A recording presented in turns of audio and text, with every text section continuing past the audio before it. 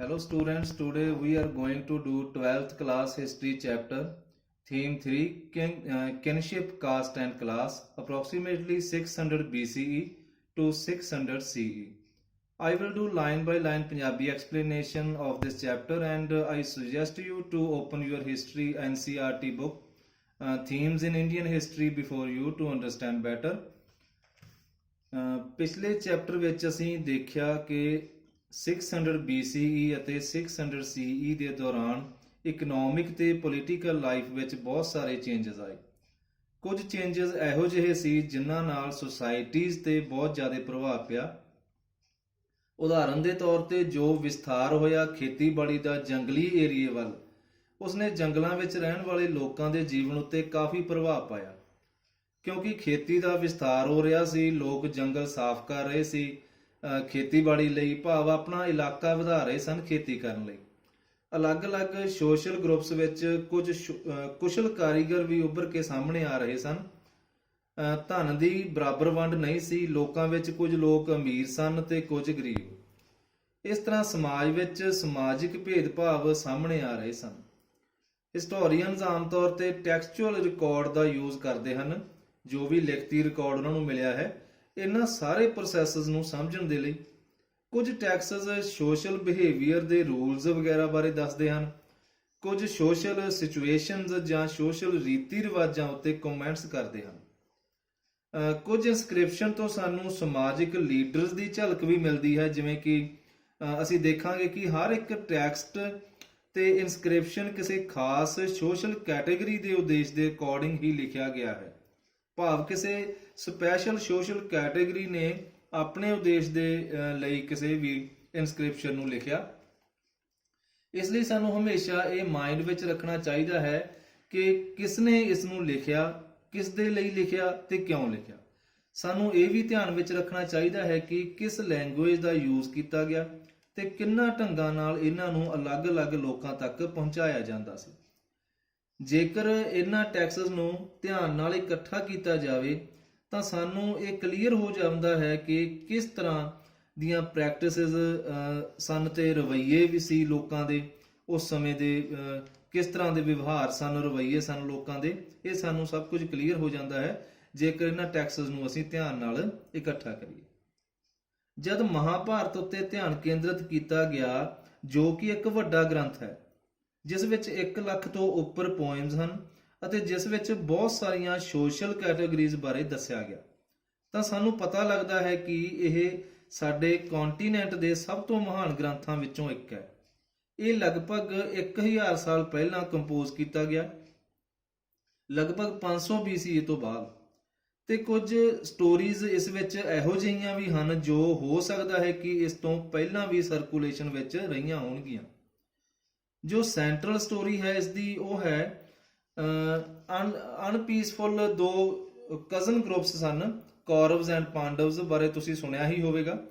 ਇਸ ਵਿੱਚ ਕੁਝ ਇਹੋ ਜਿਹੇ ਸੈਕਸ਼ਨਸ ਵੀ ਹਨ ਜਿਨ੍ਹਾਂ ਤੋਂ ਅਲੱਗ-ਅਲੱਗ ਸੋਸ਼ਲ ਗਰੁੱਪਸ ਦੇ ਬਿਹੇਵੀਅਰ ਬਾਰੇ ਵੀ ਪਤਾ ਲੱਗਦਾ ਹੈ ਕਿ ਉਹਨਾਂ ਦੇ ਕੀ ਨਿਯਮ ਵਗੈਰਾ ਸਨ, ਕਿਸ ਤਰ੍ਹਾਂ ਦਾ ਉਹਨਾਂ ਦਾ ਵਿਵਹਾਰ ਸੀ। ਕਦੇ-ਕਦੇ, ਭਾਵੇਂ ਹਮੇਸ਼ਾ ਨਹੀਂ, ਜੋ ਮੁੱਖ ਕਰੈਕਟਰਸ ਹੁੰਦੇ ਸਨ ਉਹ ਇਹਨਾਂ ਨੋਰਮਸ ਦੀ, ਇਹਨਾਂ ਨਿਯਮਾਂ ਦੀ ਪਾਲਣਾ ਕਰਦੇ ਸੀ। ਜੋ ਮੁੱਖ ਕਰੈਕਟਰ ਹੁੰਦੇ ਸੀ ਨਾ, ਇਹਨਾਂ ਨੋਰਮਸ ਵਗੈਰਾ ਦੀ, ਇਹਨਾਂ ਨਿਯਮਾਂ ਦੀ ਪਾਲਣਾ ਉਹ ਕਰਦੇ ਸੀ। ਜੋ ਇਹਨਾਂ ਨਿਯਮਾਂ ਦੀ ਪਾਲਣਾ ਕਰਦਾ ਹੈ ਜਾਂ ਜੋ ਇਹਨਾਂ ਨਿਯਮਾਂ ਤੋਂ ਭਟਕ ਗਿਆ, ਇਹ ਕੀ ਸਿਗਨੀਫਾਈ ਕਰਦਾ ਹੈ, ਇਹ ਸਾਨੂੰ ਅੱਗੇ ਚੈਪਟਰ ਵਿੱਚ ਪਤਾ ਲੱਗੇਗਾ। ਦ ਕ੍ਰਿਟੀਕਲ ਐਡੀਸ਼ਨ ਆਫ ਮਹਾਭਾਰਤ, ਇਹ ਸਭ ਤੋਂ ਜ਼ਿਆਦਾ ਐਂਬੀਸ਼ੀਅਸ ਪ੍ਰੋਜੈਕਟ ਸੀ ਜੋ ਸਕਾਲਰਸ ਦੇ ਉਹਨਾਂ ਵਿੱਚ ਇੱਕ ਸੀ, ਜਿਸ ਦੀ ਸ਼ੁਰੂਆਤ 1919 ਵਿੱਚ ਹੋਈ। ਜੋ ਸਕਾਲਰਸ ਨੇ ਕੋਈ ਪ੍ਰੋਜੈਕਟਸ ਵਗੈਰਾ ਜੋ ਕੀਤੇ, ਉਹਨਾਂ ਵਿੱਚੋਂ ਕੀ ਸੀ, ਇਹ ਬਹੁਤ ਹੀ ਇੱਕ ਐਂਬੀਸ਼ੀਅਸ ਪ੍ਰੋਜੈਕਟ ਸੀ। ਜਿੰਨੇ ਵੀ ਐਂਬੀਸ਼ੀਅਸ ਪ੍ਰੋਜੈਕਟਸ ਉਹਨਾਂ ਨੇ ਕੀਤੇ ਉਹਨਾਂ ਵਿੱਚੋਂ ਇਹ ਇੱਕ ਸੀ, ਜਿਸ ਦੀ ਸ਼ੁਰੂਆਤ ਕਦੋਂ ਹੋਈ, 1919 ਵਿੱਚ ਹੋਈ। ਉਸ ਦੇ ਲੀਡਰ ਇੱਕ ਮਸ਼ਹੂਰ ਇੰਡੀਅਨ ਸੰਸਕ੍ਰਿਤ ਸਨ, VS ਸੁਥਾਂਕਰ। ਇਹਨਾਂ ਨੇ ਕੀ ਕੀਤਾ, ਇੱਕ ਟੀਮ ਬਣਾਈ ਜਿਸ ਨੂੰ ਇਹ ਟਾਸਕ ਦਿੱਤਾ ਗਿਆ ਕਿ ਉਹ ਮਹਾਭਾਰਤ ਦਾ ਇੱਕ ਆਲੋਚਨਾਤਮਕ ਐਡੀਸ਼ਨ ਤਿਆਰ ਕਰਨਗੇ। ਹੁਣ ਇਸ ਵਿੱਚ ਕੀ ਕੀ ਚੀਜ਼ਾਂ ਇਨਵੋਲਵ ਸਨ, ਇਹ ਇੱਕ ਕੁਐਸਚਨ ਹੈ। ਸਭ ਤੋਂ ਪਹਿਲਾਂ ਇਹ ਸੀ ਕਿ ਇਸ ਟੈਕਸਟ ਦੀਆਂ ਸੰਸਕ੍ਰਿਤ ਮੈਨੂਸਕ੍ਰਿਪਟਸ ਜੋ ਸਨ ਉਹ ਇਕੱਠੀਆਂ ਕੀਤੀਆਂ ਜਾਣ, ਜੋ ਕਿ ਅਲੱਗ-ਅਲੱਗ ਸਕ੍ਰਿਪਟਸ ਵਿੱਚ ਲਿਖੀਆਂ ਗਈਆਂ ਸਨ ਅਤੇ ਜੋ ਦੇਸ਼ ਦੇ ਅਲੱਗ-ਅਲੱਗ ਭਾਗਾਂ ਵਿੱਚ ਸਨ। ਹੁਣ ਟੀਮ ਨੇ ਕੁਝ ਅਜਿਹੇ ਢੰਗਾਂ ਨਾਲ ਕੰਮ ਕਰਨਾ ਸ਼ੁਰੂ ਕੀਤਾ ਕਿ ਹਰ ਮੈਨੂਸਕ੍ਰਿਪਟਸ ਦੇ ਜਿੰਨੇ ਵੀ ਵਰਜ਼ਨ ਸਨ ਉਹਨਾਂ ਨੂੰ ਕੰਪੇਅਰ ਕਰਨਾ ਸ਼ੁਰੂ ਕਰ ਦਿੱਤਾ। ਅਖੀਰ ਵਿੱਚ ਉਹਨਾਂ ਨੇ ਉਹਨਾਂ ਵਰਸਸ ਨੂੰ ਸਿਲੈਕਟ ਕੀਤਾ ਜੋ ਕਾਮਨ ਲੱਗਦੀਆਂ ਸਨ। ਬਹੁਤੇ ਵਰਸਸ ਦੇ ਵਿੱਚ ਜੋ ਕਾਮਨ ਸਨ ਅਤੇ ਉਹਨਾਂ ਨੂੰ ਬਹੁਤ ਸਾਰੇ ਵੋਲਿਊਮਸ ਵਿੱਚ ਪਬਲਿਸ਼ਡ ਕੀਤਾ ਜੋ ਲਗਭਗ 13,000 ਪੇਜਾਂ ਦੇ ਸਨ। ਇਸ ਪ੍ਰੋਜੈਕਟ ਨੂੰ ਪੂਰਾ ਹੋਣ ਵਿੱਚ 47 ਸਾਲ ਲੱਗੇ। ਦੋ ਗੱਲਾਂ ਬਿਲਕੁਲ ਸਪਸ਼ਟ ਸਨ। ਜੋ ਸੰਸਕ੍ਰਿਤ ਵਰਜ਼ਨ ਸਨ ਸਟੋਰੀ ਦੇ, ਉਹਨਾਂ ਵਿੱਚ ਬਹੁਤ ਸਾਰੇ ਕਾਮਨ ਐਲੀਮੈਂਟ ਸਨ। ਇਸ ਦਾ ਸਬੂਤ ਸਾਨੂੰ ਉਹਨਾਂ ਮੈਨੂਸਕ੍ਰਿਪਟਸ ਤੋਂ ਮਿਲਦਾ ਹੈ ਜੋ ਸਾਰੇ ਸਬ ਕੰਟੀਨੈਂਟ ਵਿੱਚ ਪਾਈਆਂ ਗਈਆਂ। ਨਾਰਥ ਵਿੱਚ ਕਸ਼ਮੀਰ ਅਤੇ ਨੇਪਾਲ ਤੋਂ ਲੈ ਕੇ ਸਾਊਥ ਵਿੱਚ ਕੇਰਲਾ ਤੋਂ ਤਾਮਿਲਨਾਡੂ ਤੱਕ ਬਹੁਤ ਸਾਰੇ ਸਬੂਤ ਖੇਤਰੀ ਵੇਰੀਏਸ਼ਨ ਦੇ ਵੀ ਮਿਲਦੇ ਹਨ, ਜਿਸ ਵਿੱਚ ਇਸ ਟੈਕਸਟ ਨੂੰ ਟਰਾਂਸਮਿਟਡ ਕੀਤਾ ਗਿਆ। ਜਿਵੇਂ ਜਿਵੇਂ ਸਦੀਆਂ ਬੀਤਦੀਆਂ ਗਈਆਂ ਤੇ ਇਹ ਖੇਤਰੀ ਤੌਰ ਤੇ ਵੀ ਵੇਰੀਏਸ਼ਨ ਸਨ। ਇਹਨਾਂ ਵੇਰੀਏਸ਼ਨਸ ਨੂੰ ਹੇਠਲੇ ਹਿੱਸੇ ਵਿੱਚੋਂ ਜਿਵੇਂ ਫੁੱਟਨੋਟਸ ਦੇ ਤੌਰ ਤੇ ਲਿਖ ਦਿੱਤਾ ਗਿਆ, ਜਾਂ ਫਿਰ ਲਾਸਟ ਤੇ ਜੋ ਮੇਨ ਟੈਕਸਟ ਦੇ ਸੰਬੰਧ ਵਿੱਚ ਕੋਈ ਨੋਟ ਬਣਾਇਆ ਜਾਂਦਾ ਹੈ ਉਸ ਵਿੱਚ ਲਿਖ ਦਿੱਤਾ ਗਿਆ।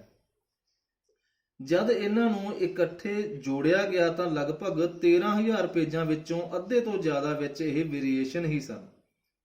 ਇਹਨਾਂ ਵੇਰੀਏਸ਼ਨ ਤੋਂ ਸਾਨੂੰ ਇਹ ਝਲਕ ਮਿਲਦੀ ਹੈ ਕਿ ਕਿੰਨੀ ਔਖੀ ਪ੍ਰਕਿਰਿਆ ਨਾਲ ਸਾਡੀ ਸੋਸ਼ਲ ਹਿਸਟਰੀ ਨੂੰ ਇੱਕ ਸ਼ਕਲ ਮਿਲੀ ਹੋਵੇਗੀ। ਡਾਇਲੌਗਸ ਜੋ ਬਹੁਤ ਹੀ ਪ੍ਰਚਲਿਤ ਟ੍ਰੈਡੀਸ਼ਨ ਹੋਣਗੇ ਜਾਂ ਲੋਕਲ ਆਈਡੀਆਜ਼ ਹੋਣਗੇ, ਪ੍ਰੈਕਟਿਸਿਸ ਹੋਣਗੀਆਂ, ਉਹਨਾਂ ਦੇ ਵਿਚਕਾਰ ਇਹ ਜੋ ਡਾਇਲੌਗ ਸਨ ਇਹ ਸਾਨੂੰ ਦੱਸਦੇ ਹਨ ਕਿ ਕਿਸ ਤਰ੍ਹਾਂ ਦੇ ਪਲ ਰਹੇ ਹੋਣਗੇ ਉਸ ਸਮੇਂ, ਆਲੋਚਨਾ ਦੇ ਜਾਂ ਫਿਰ ਝਗੜਿਆਂ ਦੇ। ਉਹਨਾਂ ਸਾਰੀਆਂ ਗੱਲਾਂ ਦਾ ਪਤਾ ਲੱਗਦਾ ਹੈ। ਸਾਡੀ ਜੋ ਮੇਨ ਸਮਝ ਹੈ ਇਹਨਾਂ ਪ੍ਰੋਸੈਸਸ ਬਾਰੇ ਉਹ ਮੁੱਖ ਤੌਰ ਤੇ ਉਹਨਾਂ ਟੈਕਸਸ ਤੋਂ ਲਈ ਗਈ ਹੈ ਜੋ ਸੰਸਕ੍ਰਿਤ ਵਿੱਚ ਹਨ ਤੇ ਜੋ ਬ੍ਰਾਹਮਣਸ ਦੁਆਰਾ ਲਿਖੇ ਗਏ ਸਨ। ਜੋ ਇਸ਼ੂ ਸਨ ਸੋਸ਼ਲ ਹਿਸਟਰੀ ਦੇ, ਜਦ ਪਹਿਲੀ ਵਾਰ ਉਹਨਾਂ ਨੂੰ ਹਿਸਟੋਰੀਅਨਸ ਦੁਆਰਾ ਐਕਸਪਲੋਰ ਕੀਤਾ ਗਿਆ 19ਵੀਂ ਤੇ 20ਵੀਂ ਸਦੀ ਵਿੱਚ, ਤਾਂ ਇਹ ਪਾਇਆ ਗਿਆ ਕਿ ਇਹ ਜੋ ਚੀਜ਼ਾਂ ਟੈਕਸਸ ਵਿੱਚ ਲਿਖੀਆਂ ਗਈਆਂ ਹਨ ਉਹਨਾਂ ਨੂੰ ਅਸਲ ਵਿੱਚ ਪ੍ਰੈਕਟਿਸ ਕੀਤਾ ਜਾਂਦਾ ਸੀ। ਇਸ ਦੇ ਨਾਲ ਹੀ ਸਕਾਲਰਸ ਨੇ ਹੋਰ ਵੀ ਟ੍ਰੈਡੀਸ਼ਨ ਨੂੰ ਪੜ੍ਹਨਾ ਸ਼ੁਰੂ ਕਰ ਦਿੱਤਾ ਜੋ ਪਾਲੀ ਵਿੱਚ, ਪ੍ਰਾਕ੍ਰਿਤਿਕ ਵਿੱਚ ਤੇ ਤਾਮਿਲ ਵਿੱਚ ਲਿਖੇ ਗਏ ਸੀ। ਉਹਨਾਂ ਨੂੰ ਸਟੱਡੀ ਕਰਨਾ ਸ਼ੁਰੂ ਕਰ ਦਿੱਤਾ ਗਿਆ। ਇਸ ਸਟੱਡੀ ਤੋਂ ਇਹ ਪਤਾ ਲੱਗਦਾ ਹੈ ਕਿ ਜੋ ਸੰਸਕ੍ਰਿਤ ਵਿੱਚ ਆਈਡੀਆਜ਼ ਦਿੱਤੇ ਗਏ ਸੀ ਉਹ ਬਹੁਤ ਜ਼ਿਆਦਾ ਮੰਨਣਯੋਗ ਸਨ। ਉਹਨਾਂ ਤੇ ਵੀ ਕਈ ਵਾਰ ਸਵਾਲ ਉੱਠਦੇ ਸੀ ਤੇ ਉਹਨਾਂ ਨੂੰ ਰਿਜੈਕਟ ਕਰ ਦਿੱਤਾ ਜਾਂਦਾ ਸੀ। ਹੁਣ ਇਹ ਧਿਆਨ ਵਿੱਚ ਰੱਖਣਾ ਮਹੱਤਵਪੂਰਨ ਹੈ ਕਿ ਜਿਵੇਂ ਜਿਵੇਂ ਅਸੀਂ ਐਗਜ਼ਾਮਿਨ ਕਰਦੇ ਹਾਂ ਕਿ ਕਿਵੇਂ ਹਿਸਟੋਰੀਅਨਸ ਨੇ ਹਿਸਟਰੀ ਨੂੰ ਰੀਕਨਸਟਰਕਟ ਕੀਤਾ, ਇਹ ਸਾਰੀਆਂ ਗੱਲਾਂ ਸਾਨੂੰ ਧਿਆਨ ਵਿੱਚ ਰੱਖਣੀਆਂ ਚਾਹੀਦੀਆਂ ਹਨ। ਵੀ ਜਿਵੇਂ ਜਿਵੇਂ ਅਸੀਂ ਐਗਜ਼ਾਮਿਨ ਕਰੀ ਜਾਂਦੇ ਹਾਂ ਇਹ ਸਾਰੀਆਂ ਗੱਲਾਂ ਸਾਨੂੰ ਧਿਆਨ ਵਿੱਚ ਰੱਖਣੀਆਂ ਚਾਹੀਦੀਆਂ ਹਨ ਕਿ ਕਿਵੇਂ ਹਿਸਟੋਰੀਅਨ ਨੇ ਹਿਸਟਰੀ ਨੂੰ ਰੀਕਨਸਟਰਕਟ ਕੀਤਾ। ਸੈਕੰਡ ਪੁਆਇੰਟ ਹੈ ਕਿਨਸ਼ਿਪ ਐਂਡ ਮੈਰਿਜ। ਅਸੀਂ ਆਮ ਤੌਰ ਤੇ ਫੈਮਿਲੀ ਲਾਈਫ ਨੂੰ ਗ੍ਰਾਂਟਡ ਲੈ ਲੈਂਦੇ ਹਾਂ ਕਿ ਇਸ ਤਰ੍ਹਾਂ ਦੀ ਫੈਮਿਲੀ ਲਾਈਫ ਹੁੰਦੀ ਹੈ। ਫਿਰ ਵੀ ਤੁਸੀਂ ਸ਼ਾਇਦ ਇਹ ਨੋਟ ਕੀਤਾ ਹੋਵੇਗਾ ਕਿ ਸਾਰੇ ਪਰਿਵਾਰ ਇੱਕੋ ਜਿਹੇ ਨਹੀਂ ਹੁੰਦੇ। ਉਹਨਾਂ ਦੀ ਗਿਣਤੀ ਅਲੱਗ-ਅਲੱਗ ਹੁੰਦੀ ਹੈ, ਉਹਨਾਂ ਦੇ ਰਿਲੇਸ਼ਨਸ ਇੱਕ ਦੂਸਰੇ ਨਾਲ ਅਲੱਗ-ਅਲੱਗ ਹੁੰਦੇ ਹਨ, ਜਾਂ ਜਿਸ ਤਰ੍ਹਾਂ ਦੀਆਂ ਉਹ ਐਕਟੀਵਿਟੀਜ਼ ਸ਼ੇਅਰ ਕਰਦੇ ਹਨ ਉਹ ਵੀ ਅਲੱਗ-ਅਲੱਗ ਹੁੰਦੀਆਂ ਹਨ। ਕਈ ਵਾਰ ਜੋ ਸੇਮ ਫੈਮਿਲੀ ਦੇ ਲੋਕ ਹੁੰਦੇ ਹਨ ਉਹ ਇੱਕ ਦੂਜੇ ਨਾਲ ਖਾਣਾ ਸ਼ੇਅਰ ਕਰਦੇ ਹਨ, ਫੂਡ ਵਗੈਰਾ ਸ਼ੇਅਰ ਕਰਦੇ ਹਨ, ਹੋਰ ਚੀਜ਼ਾਂ ਸ਼ੇਅਰ ਕਰਦੇ ਹਨ, ਇਕੱਠੇ ਰਹਿੰਦੇ ਹਨ, ਕੰਮ ਕਰਦੇ ਹਨ ਤੇ ਰੀਤੀ ਰਿਵਾਜ ਪਰਫਾਰਮ ਕਰਦੇ ਹਨ। ਪਰਿਵਾਰ ਆਮ ਤੌਰ ਤੇ ਲੋਕਾਂ ਦੇ ਇੱਕ ਵੱਡੇ ਸਮੂਹ ਦਾ ਹਿੱਸਾ ਹੁੰਦੇ ਹਨ ਜਿਨ੍ਹਾਂ ਨੂੰ ਰਿਸ਼ਤੇਦਾਰ ਕਹਿ ਦਿੰਦੇ ਹਾਂ।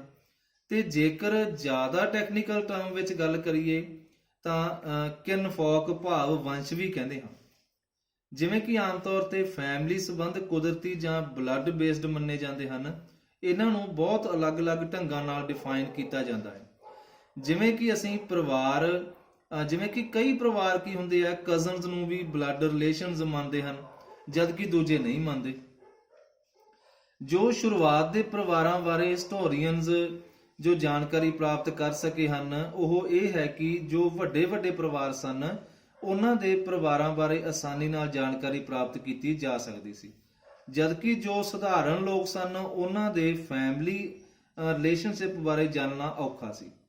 ਹਿਸਟੋਰੀਅਨਸ ਪਰਿਵਾਰਾਂ ਦੇ ਪ੍ਰਤੀ ਵਿਵਹਾਰ ਦੇ ਬਾਰੇ ਜਾਣਨ ਦੀ ਵੀ ਕੋਸ਼ਿਸ਼ ਕਰਦੇ ਹਨ ਕਿ ਕਿਸ ਤਰ੍ਹਾਂ ਇੱਕ ਦੂਸਰੇ ਨਾਲ ਵਿਵਹਾਰ ਹੁੰਦੇ ਸੀ ਪਰਿਵਾਰਾਂ ਦੇ ਵਿੱਚ। ਇਹ ਜਾਣਨਾ ਮਹੱਤਵਪੂਰਨ ਵੀ ਹੈ ਕਿਉਂਕਿ ਇਸ ਤੋਂ ਸਾਨੂੰ ਲੋਕਾਂ ਦੀ ਸੋਚ ਬਾਰੇ ਪਤਾ ਲੱਗਦਾ ਹੈ ਕਿ ਉਸ ਸਮੇਂ ਕਿਹੋ ਜਿਹੀ ਸੋਚ ਸੀ ਲੋਕਾਂ ਦੀ। ਹੋ ਸਕਦਾ ਹੈ ਕਿ ਇਹਨਾਂ ਵਿਚਾਰਾਂ ਦੇ ਕਰਕੇ ਹੀ ਉਹਨਾਂ ਦੇ ਕੰਮਾਂ ਨੂੰ ਇੱਕ ਸ਼ੇਪ ਮਿਲੀ ਹੋਵੇ, ਵੀ ਜਿਸ ਤਰ੍ਹਾਂ ਦੇ ਉਹ ਕੰਮ ਕਰਦੇ ਸੀ ਇਹਨਾਂ ਵਿਚਾਰਾਂ ਦੇ ਕਰਕੇ ਹੀ ਸਨ, ਜਾਂ ਉਹਨਾਂ ਦੇ ਜੋ ਐਕਸ਼ਨਸ ਸੀ ਉਸ ਦੀ ਵਜ੍ਹਾ ਨਾਲ ਉਹਨਾਂ ਦੇ ਵਿਵਹਾਰ ਵਿੱਚ ਬਦਲਾਅ ਆਇਆ ਹੋਵੇ। ਨੈਕਸਟ ਪੁਆਇੰਟ ਹੈ ਦ ਆਈਡਲ ਆਫ ਪੈਟਰੀਲਿਨੀ। ਕੀ ਅਸੀਂ ਉਹਨਾਂ ਪੁਆਇੰਟਸ ਨੂੰ ਆਇਡੈਂਟੀਫਾਈ ਕਰ ਸਕਦੇ ਹਾਂ ਜਦੋਂ ਕਿਨਸ਼ਿਪ ਦੇ ਰਿਲੇਸ਼ਨਸ ਵਿੱਚ ਬਦਲਾਅ ਆਉਂਦਾ ਹੈ? ਇਹ ਇੱਕ ਕੁਐਸਚਨ ਹੈ। ਇੱਕ ਲੈਵਲ ਉੱਤੇ ਮਹਾਭਾਰਤ ਦੀ ਸਟੋਰੀ ਇਸੇ ਬਾਰੇ ਹੀ ਹੈ। ਇਹ ਇੱਕ ਯੁੱਧ ਨੂੰ ਦਰਸਾਉਂਦੀ ਹੈ ਜੋ ਦੋ ਕਜ਼ਨਸ ਗਰੁੱਪਸ ਵਿੱਚ ਹੋਇਆ ਲੈਂਡ ਅਤੇ ਪਾਵਰ ਦੇ ਕਰਕੇ। ਕੌਰਵਸ ਅਤੇ ਪਾਂਡਵਸ ਜੋ ਇੱਕ ਸਿੰਗਲ ਰੂਲਿੰਗ ਫੈਮਿਲੀ ਨੂੰ ਬਿਲੋਂਗ ਕਰਦੇ ਸੀ, ਜੋ ਸੀ ਕੁਰੂਜ਼। ਇਹ ਸਿੰਗਲ ਰੂਲਿੰਗ ਫੈਮਿਲੀ ਦਾ ਨਾਮ ਕੀ ਸੀ? ਕੁਰੂਜ਼। ਇਹ ਫੈਮਿਲੀ ਇੱਕ ਡੋਮੀਨੇਟਿੰਗ ਫੈਮਿਲੀ ਸੀ ਜਨਪਦ ਦੇ ਵਿੱਚ, ਭਾਵ ਜਨਪਦ ਵਿੱਚ ਜੋ ਸਭ ਤੋਂ ਫੇਮਸ ਸਨ ਉਹ ਕੌਣ ਸਨ? ਕੁਰੂ ਹੀ ਸਨ। ਅੰਤ ਵਿੱਚ ਇਸ ਝਗੜੇ ਦਾ ਅੰਤ ਇੱਕ ਯੁੱਧ ਨਾਲ ਹੋਇਆ ਜਿਸ ਵਿੱਚ ਪਾਂਡਵਾਂ ਦੀ ਜਿੱਤ ਹੋਈ। ਹੁਣ ਉੱਤਰਾਧਿਕਾਰੀ ਕੌਣ ਹੋਵੇਗਾ ਇਹ ਘੋਸ਼ਣਾ ਕੀਤੀ ਗਈ। ਇਹ ਜੋ ਪੈਟਰਿਕ ਹੁੰਦੇ ਹਨ ਇਹ ਕੀ ਹੁੰਦੇ ਹਨ ਕਿ ਪਿਤਾ ਤੋਂ ਬਾਅਦ ਉਸਦੇ ਪੁੱਤਰ ਨੂੰ ਸਾਰੀ ਸੰਪਤੀ ਮਿਲੇਗੀ ਜਾਂ ਉਹੀ ਰਾਜਗੱਦੀ ਤੇ ਬੈਠੇਗਾ। ਅਸਲ ਵਿੱਚ ਇਹ ਮੰਨ ਸਕਦੇ ਹਾਂ ਅਸੀਂ ਇਹ ਗੱਲ ਨੂੰ ਮੰਨ ਸਕਦੇ ਹਾਂ ਕਿ ਇਸ ਗ੍ਰੰਥ ਤੋਂ ਪਹਿਲਾਂ ਵੀ ਪੈਟਰੀਲਿਨੀ ਦੀ ਪ੍ਰਥਾ ਹੁੰਦੀ ਸੀ। ਮਹਾਭਾਰਤ ਦੀ ਸਟੋਰੀ ਵੀ ਇਸੇ ਵਿਚਾਰ ਨੂੰ ਦਰਸਾਉਂਦੀ ਹੈ ਕਿ ਇਹ ਵਿਚਾਰ ਬਹੁਤ ਜ਼ਿਆਦਾ ਵੈਲਿਊ ਰੱਖਦਾ ਸੀ। ਇਸ ਪੈਟਰੀਲਿਨੀ ਦੀ ਪ੍ਰਥਾ ਦੇ ਅਨੁਸਾਰ ਪੁੱਤਰ ਆਪਣੇ ਪਿਤਾ ਦੀ ਸੰਪਤੀ ਉੱਤੇ ਹੱਕ ਜਤਾ ਸਕਦੇ ਸਨ ਪਿਤਾ ਦੀ ਮੌਤ ਤੋਂ ਬਾਅਦ। ਮੋਸਟਲੀ ਰੂਲਿੰਗ ਫੈਮਲੀਜ਼ ਨੇ 6th ਸੈਂਚਰੀ ਤੋਂ ਬਾਅਦ ਇਸ ਪ੍ਰਥਾ ਨੂੰ ਚਾਲੂ ਰੱਖਿਆ। ਇਸ ਵਿੱਚ ਭਿੰਨਤਾਵਾਂ ਵੀ ਦੇਖਣ ਨੂੰ ਮਿਲੀਆਂ। ਕਈ ਵਾਰ ਜਦ ਲੜਕੇ ਨਹੀਂ ਹੁੰਦੇ ਸੀ ਤਾਂ ਇੱਕ ਭਰਾ ਤੋਂ ਬਾਅਦ ਦੂਸਰਾ ਭਰਾ ਗੱਦੀ ਸੰਭਾਲ ਲੈਂਦਾ ਸੀ। ਕਈ ਵਾਰ ਤਾਂ ਹੋਰ ਵੰਸ਼ ਵੀ ਥਰੋਨ ਨੂੰ ਕਲੇਮ ਕਰ ਲੈਂਦੇ ਸਨ। ਉਹ ਦਾਅਵਾ ਕਰ ਦਿੰਦੇ ਸਨ ਆਪਣਾ ਕਈ ਹੋਰ ਵੰਸ਼ ਵੀ ਇਹ ਤੋਂ ਬਾਅਦ ਸਾਡਾ ਰਾਜ ਹੋਵੇਗਾ। ਕਈ ਵਾਰ ਤਾਂ ਔਰਤਾਂ ਜਿਵੇਂ ਕਿ ਪ੍ਰਭਾਵਤੀ ਗੁਪਤਾ ਉਹਨਾਂ ਨੂੰ ਵੀ ਪਾਵਰ ਮਿਲ ਗਈ ਸੀ। ਇਹ ਐਕਸੈਪਸ਼ਨਲ ਕੇਸ ਹੀ ਸੀ। ਪੈਟਰੀਲਿਨੀ ਦੀ ਪ੍ਰਥਾ ਜੋ ਸੀ ਰੂਲਿੰਗ ਫੈਮਲੀਜ਼ ਵਿੱਚ ਕੋਈ ਅਲੱਗ ਨਹੀਂ ਸੀ। ਰਿਗਵੇਦ ਵਿੱਚ ਜੋ ਮੰਤਰ ਦਿੱਤੇ ਗਏ ਹਨ ਉਸ ਤੋਂ ਵੀ ਇਹ ਗੱਲ ਪਤਾ ਲੱਗਦੀ ਹੈ ਕਿ ਵੀ ਇਹ ਰੂਲਿੰਗ ਜੋ ਫੈਮਲੀ ਸਨ ਉਹਨਾਂ ਵਿੱਚ ਇਹ ਪ੍ਰਥਾ ਕੋਈ ਅਲੱਗ ਨਹੀਂ ਸੀ ਪੈਟਰੀਲਿਨੀ ਦੀ। ਇਹ ਵੀ ਸੰਭਵ ਹੈ ਕਿ ਇਸ ਤਰ੍ਹਾਂ ਦਾ ਐਟੀਟਿਊਡ ਵੈਲਦੀ ਮੈਨ ਦੁਆਰਾ ਸ਼ੇਅਰ ਕੀਤਾ ਜਾਂਦਾ ਸੀ ਜੋ ਧਨਵਾਨ ਲੋਕ ਹੁੰਦੇ ਸਨ, ਜਾਂ ਉਹ ਲੋਕ ਜੋ ਹਾਈ ਸਟੇਟਸ ਦੇ ਹੁੰਦੇ ਸਨ ਜਿਨ੍ਹਾਂ ਵਿੱਚ ਬ੍ਰਾਹਮਣ ਵੀ ਸ਼ਾਮਲ ਸਨ। ਨੈਕਸਟ ਪੁਆਇੰਟ ਹੈ ਰੂਲਸ ਆਫ ਮੈਰਿਜ। ਮੈਰਿਜ ਦੇ ਸੰਬੰਧੀ ਵੀ ਕੁਝ ਰੂਲ ਸਨ। ਜਿੱਥੇ ਇੱਕ ਪਾਸੇ ਵੰਸ਼ ਨੂੰ ਅੱਗੇ ਚਲਾਉਣ ਲਈ ਲੜਕੇ ਬਹੁਤ ਜ਼ਰੂਰੀ ਹੁੰਦੇ ਹਨ, ਉੱਥੇ ਬੇਟੀਆਂ ਨੂੰ ਬਿਲਕੁਲ ਅਲੱਗ ਨਜ਼ਰੀਏ ਨਾਲ ਵੇਖਿਆ ਜਾਂਦਾ ਸੀ। ਨਾ ਤਾਂ ਉਹ ਘਰ ਦੇ ਕਿਸੇ ਵੀ ਸਾਧਨ ਉੱਤੇ ਦਾਅਵਾ ਕਰ ਸਕਦੀਆਂ ਸਨ ਤੇ ਨਾ ਹੀ ਉਹਨਾਂ ਦਾ ਵਿਆਹ ਵੀ ਕਬੀਲੇ ਤੋਂ ਬਾਹਰ ਕਬੀਲੇ ਦੇ ਅੰਦਰ ਉਹਨਾਂ ਦਾ ਵਿਆਹ ਨਹੀਂ ਕੀਤਾ ਜਾਂਦਾ ਸੀ, ਭਾਵ ਕਬੀਲੇ ਤੋਂ ਬਾਹਰ ਹੀ ਕੀਤਾ ਜਾਂਦਾ ਸੀ ਤੇ ਇਸ ਨੂੰ ਜ਼ਰੂਰੀ ਵੀ ਸਮਝਿਆ ਜਾਂਦਾ ਸੀ। ਇਸ ਸਿਸਟਮ ਨੂੰ ਐਕਸੋਗੈਮੀ ਕਿਹਾ ਜਾਂਦਾ ਸੀ। ਕਬੀਲੇ ਤੋਂ ਬਾਹਰ ਵਿਆਹ ਕਰਨਾ ਇਸ ਸਿਸਟਮ ਨੂੰ ਕੀ ਐਕਸੋਗੈਮੀ ਕਿਹਾ ਜਾਂਦਾ ਸੀ। ਜੋ ਲੜਕੀਆਂ ਜਾਂ ਔਰਤਾਂ ਜੋ ਇਹੋ ਜਿਹੇ ਪਰਿਵਾਰਾਂ ਨਾਲ ਸੰਬੰਧ ਰੱਖਦੀਆਂ ਸਨ ਜੋ ਆਪਣਾ ਉੱਚਾ ਸਟੇਟਸ ਮੰਨਦੇ ਸਨ, ਅਕਸਰ ਬਹੁਤ ਕੇਅਰਫੁਲੀ ਇਸ ਗੱਲ ਦਾ ਧਿਆਨ ਰੱਖਦੇ ਸਨ ਕਿ ਇਹਨਾਂ ਲੜਕੀਆਂ ਦਾ ਵਿਆਹ ਸਹੀ ਟਾਈਮ ਤੇ ਅਤੇ ਸਹੀ ਵਿਅਕਤੀ ਨਾਲ ਹੋ ਜਾਵੇ। ਇਸ ਤਰ੍ਹਾਂ ਜੋ ਇੱਕ ਬਿਲੀਵ ਸੀ ਕੰਨਿਆਦਾਨ ਦਾ ਉਹ ਕਾਫੀ ਪ੍ਰਚਲਿਤ ਹੋ ਗਿਆ, ਜਾਂ ਇੱਕ ਬੇਟੀ ਨੂੰ ਗਿਫਟ ਦੇ ਤੌਰ ਤੇ ਵਿਆਹ ਵਿੱਚ ਦੇਣਾ ਫਾਦਰ ਦੀ ਇੱਕ ਰਿਲੀਜੀਅਸ ਡਿਊਟੀ ਮੰਨੀ ਜਾਂਦੀ ਸੀ। ਨਵੇਂ ਸ਼ਹਿਰਾਂ ਦੇ ਹੋਂਦ ਵਿੱਚ ਆਉਣ ਨਾਲ ਸਮਾਜਿਕ ਜੀਵਨ ਹੋਰ ਗੁੰਝਲਦਾਰ ਹੋ ਗਿਆ। ਹੁਣ ਲੋਕ ਨੇੜਿਓਂ ਦੂਰੋਂ ਆ ਕੇ ਮਿਲਦੇ, ਆਪਣੀਆਂ ਚੀਜ਼ਾਂ ਨੂੰ ਉਹ ਖਰੀਦਦੇ ਵੇਚਦੇ ਤੇ ਇਹਨਾਂ ਸ਼ਹਿਰਾਂ ਵਿੱਚ ਆ ਕੇ ਆਪਣੇ ਵਿਚਾਰ ਸਾਂਝੇ ਕਰਦੇ। ਇਸ ਨਾਲ ਜੋ ਪਹਿਲਾਂ ਦੇ ਵਿਸ਼ਵਾਸ ਸਨ ਜਾਂ ਪ੍ਰਥਾਵਾਂ ਸਨ ਉਹਨਾਂ ਤੇ ਵੀ ਕੁਐਸਚਨਿੰਗ ਕੀਤੀ ਜਾਣ ਲੱਗੀ। ਇਹਨਾਂ ਚੈਲੰਜਸ ਦਾ ਸਾਹਮਣਾ ਕਰਨ ਲਈ ਬ੍ਰਾਹਮਣਸ ਨੇ ਸੋਸ਼ਲ ਬਿਹੇਵੀਅਰ ਦੇ ਕੁਝ ਨਿਯਮ ਬਣਾ ਦਿੱਤੇ ਕਿ ਕਿਸ ਤਰ੍ਹਾਂ ਸੋਸ਼ਲ ਬਿਹੇਵੀਅਰ ਕਰਨਾ ਹੈ। ਬ੍ਰਾਹਮਣਸ ਨੇ ਕੁਝ ਆਪਣੇ ਵੱਲੋਂ ਹੁਣ ਨਿਯਮ ਬਣਾ ਦਿੱਤੇ, ਜੋ ਇਸ ਤਰ੍ਹਾਂ ਲੋਕਾਂ ਨੇ ਮਿਲਣਾ ਸ਼ੁਰੂ ਕਰ ਦਿੱਤਾ ਸੀ, ਆਪਣੇ ਵਿਚਾਰ ਸਾਂਝੇ ਕਰਨੇ ਸ਼ੁਰੂ ਕਰ ਦਿੱਤੇ ਸੀ। ਇਸ ਗੱਲ ਨੂੰ ਵੇਖਦੇ ਹੋਏ ਕੀ ਕੀਤਾ ਬ੍ਰਾਹਮਣਸ ਨੇ, ਕੁਝ ਸੋਸ਼ਲ ਬਿਹੇਵੀਅਰ ਦੇ ਨਿਯਮ ਬਣਾ ਦਿੱਤੇ ਤੇ ਉਹਨਾਂ ਨੂੰ ਡਿਟੇਲ ਵਿੱਚ ਲਿਖ ਦਿੱਤਾ। ਇਹ ਮੁੱਖ ਤੌਰ ਤੇ ਬ੍ਰਾਹਮਣਸ ਦੁਆਰਾ ਤੇ ਬਾਕੀ ਜੋ ਸੁਸਾਇਟੀ ਵਿੱਚ ਲੋਕ ਸਨ ਉਹਨਾਂ ਦੁਆਰਾ ਫੋਲੋ ਕੀਤੇ ਜਾਣੇ ਸਨ। 500 BCE ਤੋਂ ਇਹਨਾਂ ਨਿਯਮਾਂ ਨੂੰ ਸੰਸਕ੍ਰਿਤ ਵਿੱਚ ਕੰਪਾਈਲ ਕੀਤਾ ਗਿਆ, ਜਿਨ੍ਹਾਂ ਨੂੰ ਧਰਮ ਸੂਤਰਾ ਅਤੇ ਧਰਮ ਸ਼ਾਸਤਰਾ ਕਹਿੰਦੇ ਹਨ। ਇਹਨਾਂ ਵਿੱਚੋਂ ਸਭ ਤੋਂ ਮਹੱਤਵਪੂਰਨ ਸੀ ਮਨੂ ਸਮ੍ਰਿਤੀ, ਜੋ ਕਿ 200 BCE ਤੇ 200 CE ਦੇ ਵਿਚਕਾਰ ਲਿਖੀ ਗਈ। BCE before Christ era, CE common era. ਜੋ ਬ੍ਰਾਹਮਣਸ ਲੇਖਕ ਸਨ ਉਹ ਇਹ ਕਹਿ ਰਹੇ ਸਨ ਕਿ ਉਹਨਾਂ ਦੇ ਜੋ ਵਿਚਾਰ ਹਨ ਉਹਨਾਂ ਦੀ ਸੰਸਾਰ ਪੱਧਰ ਤੇ ਮਾਨਤਾ ਹੋਣੀ ਚਾਹੀਦੀ ਹੈ ਤੇ ਜੋ ਉਹਨਾਂ ਨੇ ਸਲਾਹ ਦੇ ਦਿੱਤੀ ਉਹ ਸਾਰਿਆਂ ਨੂੰ ਮੰਨਣੀ ਪਵੇਗੀ। ਤੇ ਇਸੇ ਕਰਕੇ ਜੋ ਸੋਸ਼ਲ ਰਿਲੇਸ਼ਨ ਸੀ ਉਹ ਕਾਫੀ ਜ਼ਿਆਦਾ ਕੰਪਲਿਕੇਟਡ ਹੋ ਗਏ। ਭਾਵੇਂ ਅਲੱਗ-ਅਲੱਗ ਖੇਤਰਾਂ ਵਿੱਚ ਕਾਫੀ ਭਿੰਨਤਾ ਸੀ ਦੇਸ਼ ਵਿੱਚ ਅਤੇ ਇੱਕ ਦੂਸਰੇ ਨਾਲ ਕਮਿਊਨੀਕੇਸ਼ਨ ਵਿੱਚ ਵੀ ਕਾਫੀ ਡਿਫਿਕਲਟੀ ਸਨ। ਜੋ ਬ੍ਰਾਹਮਣਸ ਦਾ ਪ੍ਰਭਾਵ ਸੀ ਉਹ ਕਾਫੀ ਫੈਲਣ ਵਾਲਾ ਸੀ। ਸਭ ਤੋਂ ਜ਼ਿਆਦਾ ਇੰਟਰਸਟਿੰਗ ਗੱਲ ਇਹਨਾਂ ਧਰਮ ਸੂਤਰਾਂ ਤੇ ਧਰਮ ਸ਼ਾਸਤਰਾਂ ਬਾਰੇ ਜੋ ਸੀ ਉਹ ਇਹ ਸੀ ਕਿ ਇਸਨੇ ਮੈਰਿਜ ਦੀਆਂ 8 ਫਾਰਮਸ, ਭਾਵ 8 ਫਾਰਮਸ, 8 ਕਿਸਮਾਂ ਮੈਰਿਜ ਦੀਆਂ ਦੱਸੀਆਂ। ਪਹਿਲੀ 4 ਨੂੰ ਤਾਂ ਬਹੁਤ ਚੰਗੀ ਤਰ੍ਹਾਂ ਮੰਨਿਆ ਜਾਂਦਾ ਤੇ ਬਾਕੀ ਦੀਆਂ 4 ਹਟਾ ਦਿੱਤੀਆਂ ਗਈਆਂ ਸਨ। ਇਹ ਵੀ ਸੰਭਵ ਹੈ ਕਿ ਇਹ ਉਹਨਾਂ ਦੁਆਰਾ ਪ੍ਰੈਕਟਿਸਡ ਕੀਤੀਆਂ ਜਾਂਦੀਆਂ ਹੋਣਗੀਆਂ ਜੋ ਬ੍ਰਾਹਮਣਿਕਲ ਨਾਰਮਸ ਨੂੰ ਸਵੀਕਾਰ ਨਹੀਂ ਕਰਦੇ ਹੋਣਗੇ, ਸ਼ਾਇਦ ਇਸੇ ਲਈ ਉਹ 4 ਫਾਰਮਸ ਵਿੱਚੋਂ ਹਟਾ ਦਿੱਤੀਆਂ ਗਈਆਂ। ਨੈਕਸਟ ਪੁਆਇੰਟ ਹੈ ਦ ਗੋਤਰਾਸ ਆਫ ਵਿਮਨ। ਇੱਕ ਬ੍ਰਾਹਮਣਿਕਲ ਪ੍ਰੈਕਟਿਸ ਜਿਸ ਦੀ ਸ਼ੁਰੂਆਤ ਅਪਰੋਕਸੀਮੇਟਲੀ 1000 BCE ਤੋਂ ਮੰਨੀ ਜਾਂਦੀ ਹੈ। ਲੋਕਾਂ ਨੂੰ ਵੰਡਿਆ ਗਿਆ ਸੀ ਉਹਨਾਂ ਦੇ ਗੋਤਰਾਂ ਦੇ ਅਨੁਸਾਰ, ਅਲੱਗ-ਅਲੱਗ ਗੋਤਰਾਂ ਦੇ ਅਨੁਸਾਰ ਲੋਕ ਵੰਡੇ ਗਏ ਸਨ। ਹਰ ਇੱਕ ਗੋਤ ਵਿੱਚ ਇੱਕ ਵੈਦਿਕ ਸੀਰ ਦੇ ਨਾਮ ਤੇ ਰੱਖਿਆ ਗਿਆ ਸੀ। ਸੀਰ ਰਿਸ਼ੀ ਨੂੰ ਕਹਿੰਦੇ ਹਨ। ਕਿਸੇ ਵੈਦਿਕ ਰਿਸ਼ੀ ਦੇ ਨਾਮ ਤੇ ਹਰ ਇੱਕ ਗੋਤਰ ਰੱਖਿਆ ਗਿਆ ਤੇ ਜੋ ਲੋਕ ਸੇਮ ਗੋਤਰ ਨੂੰ ਬਿਲੋਂਗ ਕਰਦੇ ਸੀ ਉਹ ਇੱਕ ਹੀ ਵੰਸ਼ਜ ਮੰਨੇ ਜਾਂਦੇ ਸੀ। ਗੋਤਾਂ ਬਾਰੇ 2 ਰੂਲਸ ਮਹੱਤਵਪੂਰਨ ਸਨ ਕਿ ਔਰਤ ਮੈਰਿਜ ਤੋਂ ਬਾਅਦ ਆਪਣੇ ਪਿਤਾ ਦਾ ਗੋਤ ਛੱਡ ਦੇਵੇ ਅਤੇ ਆਪਣੇ ਪਤੀ ਦਾ ਗੋਤ ਅਡਾਪਟ ਕਰ ਲਵੇ। ਤੇ ਇੱਕੋ ਗੋਤ ਦੇ ਜੋ ਲੋਕ ਸਨ ਨਾ ਉਹ ਆਪਸ ਵਿੱਚ ਵਿਆਹ ਨਹੀਂ ਕਰ ਸਕਦੇ ਸਨ। ਇੱਕ ਢੰਗ ਇਸ ਬਾਰੇ ਜਾਣਨ ਦਾ ਇਹ ਹੈ ਕਿ ਇਸ ਨੂੰ ਆਮ ਤੌਰ ਤੇ ਫੋਲੋ ਕੀਤਾ ਜਾਂਦਾ ਸੀ ਕਿ ਨਹੀਂ, ਇਹ ਆਦਮੀਆਂ ਤੇ ਔਰਤਾਂ ਦੇ ਨਾਵਾਂ ਤੋਂ ਪਤਾ ਲੱਗ ਜਾਂਦਾ ਹੈ, ਜਿਹੜੇ ਕਿ ਗੋਤ ਦੇ ਨਾਮ ਤੇ ਕੱਢੇ ਜਾਂਦੇ ਸੀ।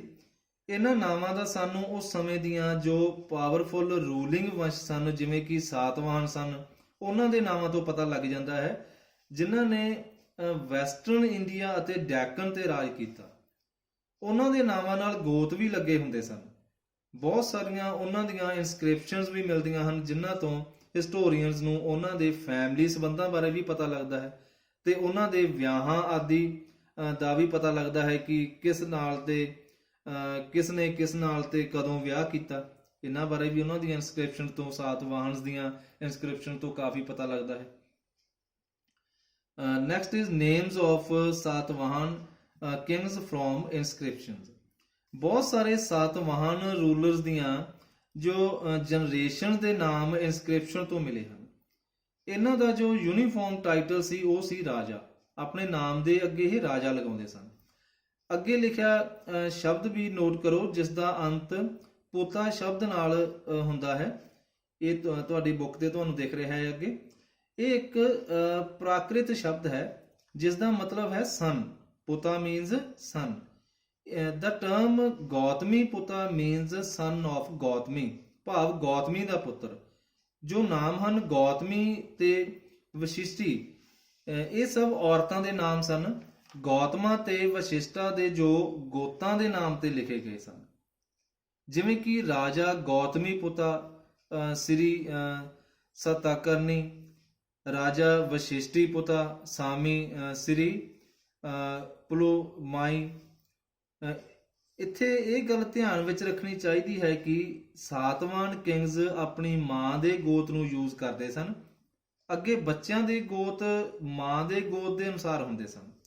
ਬਾਕੀਆਂ ਵਿੱਚ ਪਤਨੀਆਂ ਆਪਣਾ ਗੋਤ ਛੱਡ ਕੇ ਪਤੀ ਦਾ ਗੋਤ ਯੂਜ਼ ਕਰਦੀਆਂ ਸਨ। ਇਸੇ ਬਾਰੇ ਹੋਰ ਆਪਾਂ ਅੱਗੇ ਡਿਟੇਲ ਵਿੱਚ ਆਪਾਂ ਨੈਕਸਟ ਵੀਡੀਓ ਲੈਕਚਰ ਵਿੱਚ ਕੰਟੀਨਿਊ ਕਰਾਂਗੇ। I hope you have understood it and keep your books NCERT book before you to understand it better, and it will be very helpful for you if you pause time and again this translation, and it will be very helpful to understand better. Thanks.